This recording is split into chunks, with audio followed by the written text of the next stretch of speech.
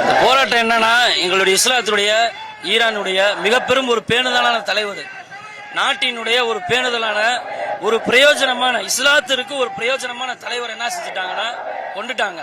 கோழைத்தனமாகவும் அத்தனை நாள் கடற்கரை ஓரமாக கப்பலை நிப்பாட்டி மிரட்டி, நீ எனக்கு மண்டியிடணும், என் காலில் விழுகணும், அப்படின்னா தான் நான் உன்னைய விடுவேன் அப்படின்னு சொல்லி ஒரு சர்வதிகாரம் பண்ணி தீவிரவாதம் நாங்க பண்றோம்னு சொல்லி எங்க பேர்ல அதை ஊட்டி பார்த்தா தீவிரவாதம் நாங்க பண்ணல, தீவிரவாதம் பண்றது அவங்க தீவிரவாதம் பண்ணிட்டு எங்களை தீவிரவாதம் சொல்றாங்க.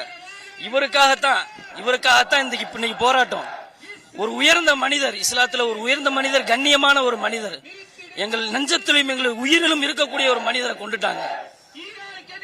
அதனாலதான் இந்த போராட்டம் இங்கன்னு இல்ல, எல்லா இடத்துலயும் நடந்து கொண்டுதான் இருக்கு. ஆனா கண்டிப்பான முறையில மனிதர்களால் இல்லாட்டினாலும் கடவுளால முறையிலாச்சும் ஒவ்வொருவரும் கண்டிப்பான முறையில தண்டிக்கப்படுவாங்க. பெண்களுடைய சின்ன பிள்ளைகளுடைய ரத்தத்தை உறிஞ்சக்கூடிய யாரு? நெதன்யாகு.